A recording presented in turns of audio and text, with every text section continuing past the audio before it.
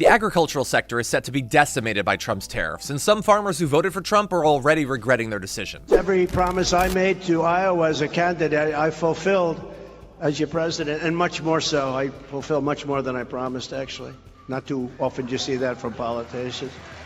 And I will remain the champion of American farmers with 4 more years in the White House. I will, I promise.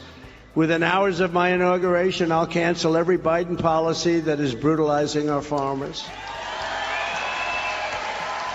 I'll appoint a special team to attack the high price of fertilizer and get the price way down, because that price is very, very high. Less than 9 hours from now, tariffs, when it comes to what's going on with the agriculture sector, very crucial here. And the pain apparently is coming. White House saying that those tariffs on China, 12:01 a.m. Eastern time, go into effect. This is going to hit farming states like Iowa very hard. The Hawkeye State is America's second biggest agriculture exporter. $13.5 billion in farm exports in 2023. We've got farmers enduring the same type of angst when it comes to tariffs. Let's listen when it comes to what they are saying across the country. Already seeing it. You know, our soybean market, the cattle market, I'm more worried about what it's going to do for some of the other stuff that we will purchase throughout the year, whether that's equipment parts, chemicals in the future, fertilizer prices, how it's going to impact things. So as we look, we've got the 2-day of the Dow, and you can see the volatility. Certainly yesterday was really, really rough. Today, we just went from peak all the way to fumbling to the trough, which is where we kind of are right now, down about 640 points. But first time ever that 2 days in a row, the Dow has endured 2,000-point swings. Seeing what you're seeing now, do you think prices will go up? I know we talk a lot about egg prices, and you've seen them go down.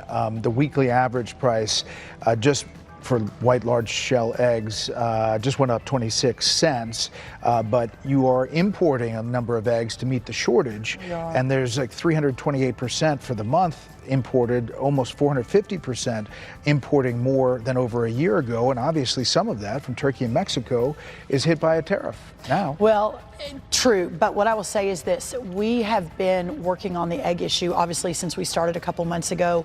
We released a big bold plan on A, how to combat the avian flu, B, how to deregulate under Biden's crazy overregulations out of USDA that caused the prices to go up, even aside from the avian flu.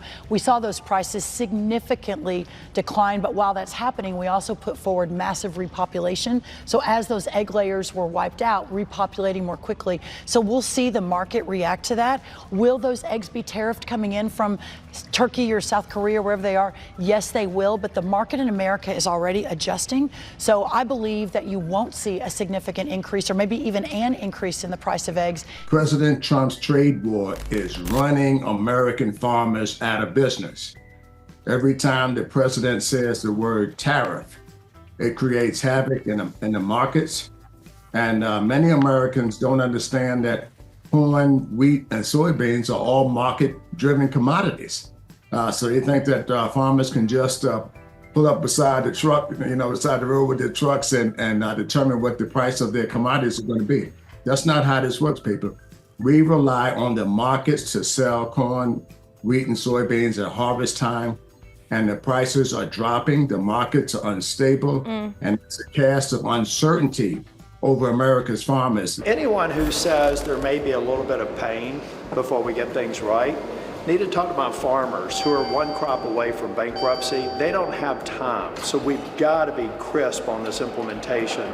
Otherwise, we could do damage that's irreparable to farmers. As the president has admitted, tariffs will create pain for some businesses, and I think Wisconsin will be particularly hard hit with all the manufacturing and agricultural interests. He's used tariffs in the past effectively to get nations to do what they should have done anyway. Right now, I'll give him the benefit of the doubt, but I'm concerned. We've already heard from some of our beef processors and popcorn exporters that they're losing some market share in Europe, so it is concerning. And but I'm all for fair trade, reciprocal tariffs. I think in the end, a trade war doesn't help anybody. And that last comment came from Don Bacon, who's a congressman from a district, a swing district, one that actually Kamala Harris carried herself. And you're hearing really concerns spanning the gamut. The first senator you heard there was Senator Tom Tillis. He's a Republican from North Carolina. He's up for re-election next year. That could be a tough race. The second senator was Senator Ron Johnson, a very conservative senator. So among the different factions of the GOP, you're hearing unease. The U.S. exported $176 billion of agricultural goods in 2024, and the three largest destinations for those exports were Mexico, Canada, and China, according to the Farm Bureau. For that reason, it might seem that farmers who voted for Trump's second term just voted 100% against their own interests. But things aren't quite that simple. The Trump administration has had a very strange relationship with farmers. How much is the White House willing to step in and help these farmers weather this storm?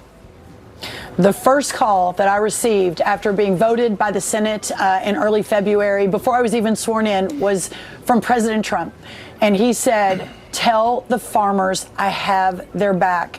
And whether that means in times of uncertainty, which is today, whether that means in 3 or 4 months or perhaps longer, when our planters who are planting right now, as the crops become, later this summer and this fall, we begin the yields, that is when we're already starting to think about what a mitigation effort might look like. Obviously, under Secretary Perdue and President Trump and Trump 1, they did do some mitigation with a $25 billion CCC fund.